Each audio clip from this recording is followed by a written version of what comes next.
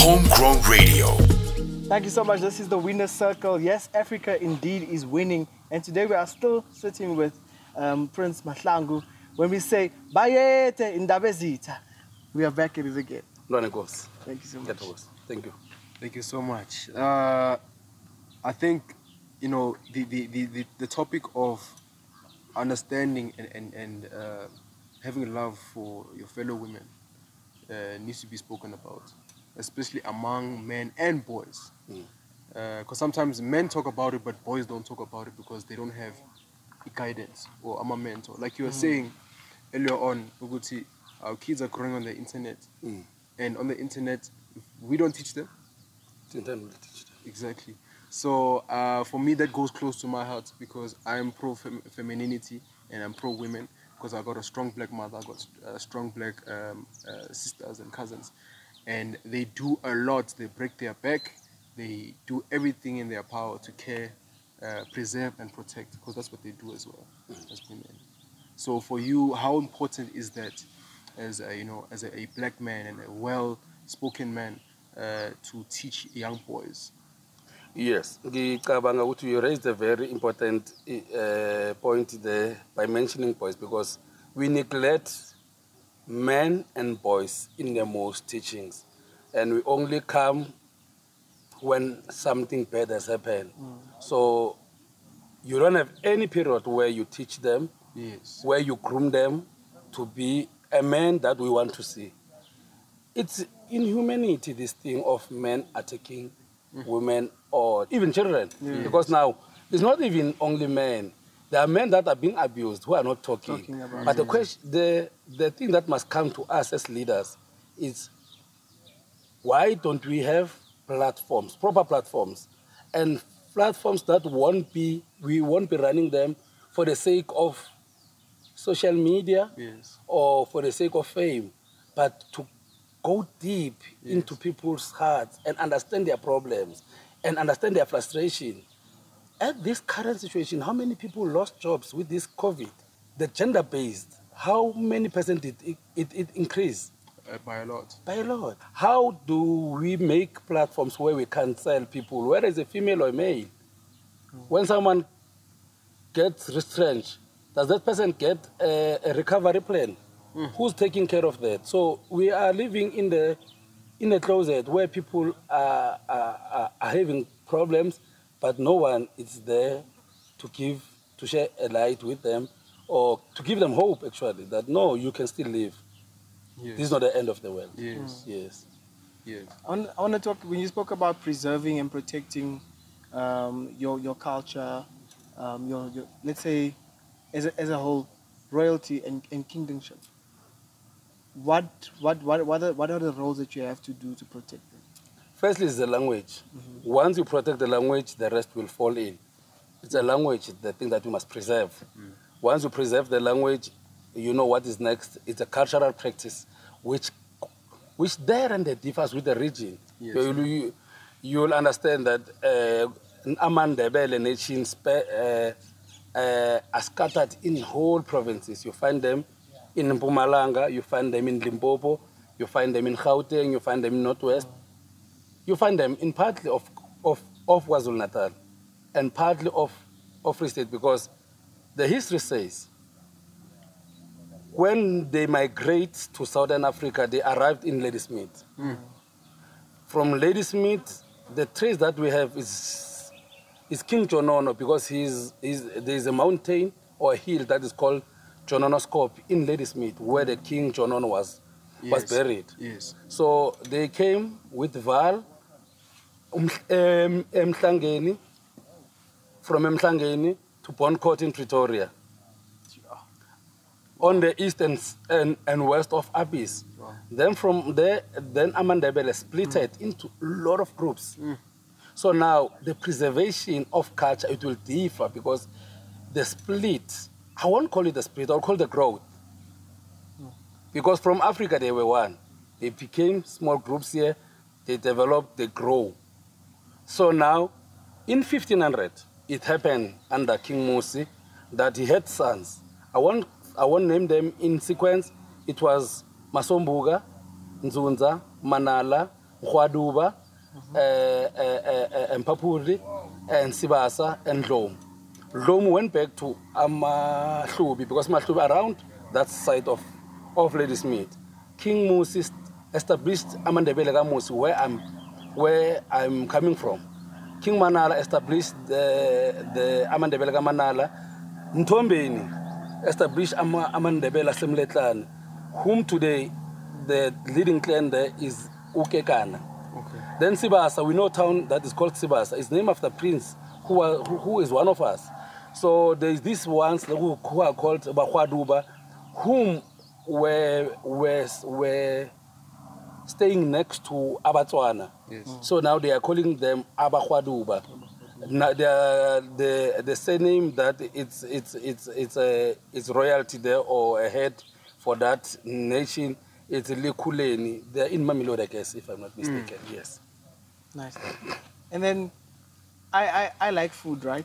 I want to know what is the Indebele families or the culture's signature dishes. Ooh. What do you guys eat? There's a lot of healthy food that we eat. You see the cooked maize, the yellow maize. We call it inkobe. Yeah, Inkobe. yeah. I don't know how we call it in Zulu. Inkobe, Yes. Inkobe. Then we've got amabele, where you grind amabele and maize. You mix sorghum and maize. You fry them. You put them on like a solid. It can be a solid metal, and you roast them. Then you grind them. Yeah. Then we've got it's not spinach, but we call it imbuya. Mbuyi. Yes, It's like imbuya. kale. It's yes. It's Uko- head. ukobol. Yes. In Zulu they call it ukobol. Ukobol, Yes. And then we've got what else do we have? Definitely when coming to other things, the drinks, it will be the African beer, which it's not umqombothi, it's in the Ndebele city. Ihleza. Ake ngithi utshwala besintu. Okay, yeah. Utshwala besintu. Angithi babu grinder, babu pheka. Nabaqeda ukupheka bafaka kuma calabash, which amahaba. Yeah. Sibiza ukuthi amahaba. Then bese nababsela, we call that ikapu. So utshwala besintu sizobubiza unotlabalala. Unotlabalala. Unotlabalala, yes. So utshwala besintu in when you explain it, but again, it's made of maize and sorghum. Sorghum. Yes. So those are the meal that and drinks that we consume. It's very healthy from the It's sound. very healthy. It's Very, very very healthy. And beans as well. Yes. Wow. Healthy foods. Because what my brothers told me, my father was Yes. whatever he was consuming, he was producing it. Yes, he was producing from his produced own what he land. consumed. Yes. Like harvesting. Yes, harvesting. yes, everything he was harvesting from his own. He was harvesting, selling, and feeding his own family. Amazing stuff. Talking about harvesting, especially on own land, what is your take on land in Africa currently? In South Africa or in Africa? Let's say Africa. I think in Africa it will be more challenging. Let's bring it closer in South Africa, Okay. by observing. We have a problem of support from the lack of support because people get land but they don't get support, financial support and skills support. Yes. Because now once you get land, you are unable to run the farm because No knowledge. you are not equipped. You don't have a knowledge. And the issue of Section 25, amending the Section 25 to bring back land to the people who were evicted. Yeah. It's taking forever. Remember, the democratic government came in 1994. It's 2022. We have lost a lot of parents who knew the boundaries and the land and the streams, all the information where these elders were living. So as young people, how are we going to present to the commission when the time comes? So it's a big challenge. Yeah, it is a very big challenge. A lot of the things that we do now, because we are led by government and we are in a country, back in the days, the government was really the kingdom. 100%. And through the kingdom, a lot of these things now were more important you know, the preservation of the culture, practicing the culture, the food, Yes, everything, producing food, everything yes. was very important. Now, because I think the priorities for the government these days is not the culture anymore. The priority for the government is more about economy, or it's more about anything else but tradition. But they forget, Guti, to get to this place, they had to start with tradition. And you know, I really respect, you know, how you come in, especially as a prince, and you still have the fighting power. Oguti, we need to preserve, we need to keep the culture, we need to keep this for a long time, so that we can understand who we are as a people, as an African nation, and you know, especially here in South Africa as well, you know. Yes, correct.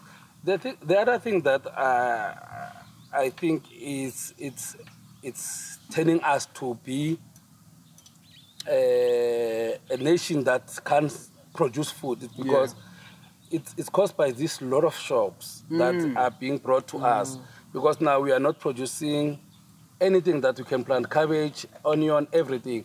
So our fathers were doing that. So the education now, it's no more focusing agriculture. You're gonna have an interest of studying agriculture at grade 12, and how many people will have that interest after studying? Who's financing you to pursue your career then. your career? Isn't it serious? Yeah, it's so we are vulnerable actually. Yeah. But what we need to do, we need to teach from small scale. It will grow.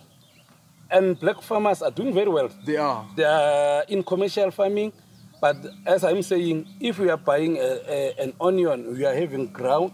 I mean, we are having a piece of land, we are having water. I think we need to encourage people to plant more than to buy. Yeah. We need to To consume as well, your own products as well. I think they are more healthier than because we've got this. It's not processed. Yes, it's not doesn't go through processed. injections. Yes. and all of that yes, stuff, you know, yes. the chemicals that go through, and and the better part about it is that when we ask Uti what you put To grow. Yes, exactly, yes. and you know it's katsayo, you don't even know how long these guys made, you know, maybe eland inyama or whatever it is. When you know you the process and you know Uti, you didn't put any chemicals, you didn't put anything else, so it's healthy for you and umden wako. Correct. Yes. Just also, what do you feel about the future? Yeah. So from what we spoke about in terms of, you know, the condition now, status in terms of culture and tradition. In the future, you know, not just in developed culture, but just, you know, culture as a whole in Africa. We are doing very well. I was in Mabalstad last weekend. It's in Northwest. Yes. Mabalstad under Inkosi Umabalane. We were having an awareness of gender based. We had hike 4 kilometers, then came back and had a program where we were talking about issues within the communities. I've been in Emampondweni in Eastern Cape. So what is important currently is that the traditional leaders are connecting in South Africa. So now it's gonna be easy to exchange programs and to boost one another, because what you said, the traditional leaders were leading the communities, Yes. were feeding the communities. That's why we had those programs called Ijima, Abanye Bathi Litsima, where everyone was going to care family and assist a plowing, Yes. plant everything. Then after that, they move all of them. They were doing that, Okay. collected. So Ijima is something that we need to go back to it at a larger scale, actually. Wow. We call it Stokvel now, yes. Yeah, Stokvel. A Stokvel of planting your farm Yes. or your land. Then after doing that, we come to my land. That's how they were a doing network. it. But then, if you want to go commercial, we need to combine the skills We need and go in one land and produce. Yes. Unity, actually, I guess, is the key. Yes. People yes. must be united, and they will fight the poverty. Absolutely, and just to add on to that, it's very important that you mentioned the Stokvel of, you know, going to families, Ichima, and we need to take agriculture courses seriously. 100%. In schools and implement that more, and must have a higher degree, because remember, we are on planet Earth, and Mother Earth and Mother Africa needs food, it needs growth, and it needs all of that. So the more that you plant and you grow things, the richer the soil. Yes. And once you do that, what better to have rich soil that you eat your food from? You eat your food. Yeah. You get product every year. Every year. Yes. Exactly. And that was amazing, man. Ken, what do you think about it? With me, I think that the current state of Africa, especially when it comes to land and produce, we're actually rich in it. It's just that we're not lacking resources. It's a lot of selfishness that's going on. Like with tradition, right? We know that a lot of our traditions in our country, let's say South Africa, it's like they're disappearing slowly, or something's just not going right because everybody's focusing on politics. And yet everyone tells us that even tradition is politics. But yet we don't think about, especially when it comes to making money, how did our forefathers make money in the past? Farms. And producing food, selling food, like you said, having network markets and stock files, doing it that kind of way. And the wealth of the man was Isibaya. Yes, the kraal was where the wealth of the man and treasure of the man was staying in Isibaya. Cattle and livestock and agricultural land. That was determining the treasure of the families. So your wealth was... Well, your wealth was based on izinkomo, nokulima, because if you are having izinkomo ungalima, then the monetary exchange, I guess, it came after 1900. Before that, there was no monetary exchange in the most communities. It was cattle, a cow, and a sheep. And if you cattle, a sheep, and a goat. And a goat. Yes. Yeah. So imbuzi, scarf. That was a monetary exchange. Yes. Wow. And if you look at that, within those times, we were a peaceful continent. Outside of just food and agriculture and culture as a whole, we were happy as a people. The things that we're going through now in terms of your depression and all of this, it was that time. It was all about the joy was there. The fact that you can have group of families going to another family and helping them. No, I need to now. The problem is now we are living in our small houses. We don't urban have areas. Yeah. Yes, with urban area set up. We don't have a place like courts. During those days, men were having courts. You'll prepare an African beer. Everyone will come and have a drink. Meanwhile, they are drinking. They will share the problems and they will bring solutions. So now you are having a problem in your own closet, in your own house. Maybe you're having a conflict with your wife. You've got no one to speak to. So what's going to happen? You're going to explode at the end of the day. Yes. But now we need to bring those courts well, it will be not those times again, but we can improve it. We can have once off a month. Yes. Like these Stokvels are the good platforms where you can have men talk, you can have a women talk, you can have a family talk. Even gatherings. Those are the platforms where you can teach, encourage, and transfer skills to the families or to the society at large. So Prince is incorporating or implying that we should have communal courts. Communal courts, yes. Communal courts where in the community we come and it should just be a place where we all just sit down and we hear problems of families and bring it out there and how we solve. So yes. And it will be more better because we understand the environment. Now, if you are taking it to Western court, the context is totally different. It's totally different. Yes. Yesterday I was reading the article, I was in TikTok. There was this woman who was crying that I can't believe that I'm putting my house into market again after such a long time of investment for my kids. I'm going through divorce. And there were about 2,500 comments. Everyone, like you read out of 10, 6 of the people who commented, they're divorced. And I was very worried. Why this is happening? What happened? What went wrong? Wow. Who is responsible for this? how can we help? How can we assist? Because if parents separate, a lot of people get affected. Especially kids. Yes. That's why in you know, you can correct me if I'm wrong. If two people, okay, marriage back then was you are marrying the community, not Correct. not necessarily your wife or your lover, person. yes, your husband or your wife. You need to it's respect. true. You need to respect the ways and the traditions. Yes. That's how it was. We have a lot of mistakes. You see, even this lobolo thing, it was not raised by a groom. It was a family thing. Everyone in the family was raising the lobolo. An uncle will bring a cow. My grandfather will bring a cow. Because this makoti belongs to the whole family. Yes. That's why those families will come together and slaughter cattle and exchange some meat and gift. Because that was a symbol that we are now one. Right. You understand? It's even a bad thing when traditional married people takes their issues or their matters into court. And most of the issues, you find that, yes, there are conflicts, a lot of conflict. But I believe that there is nothing that we cannot address. Absolutely. So we can't give up on something precious. Well, the thing that I always say, if your life is in danger, definitely you can't live in that marriage. Yeah. You have to go out. Wow. So Because the life comes first. Yeah. I wanna talk about the clans. You've got 31 clans, right? Yes. Can you please name them some for us, please? You. Before we close off. There are a lot of clans. Oh, let me Just a few. Just a few. Would be fine.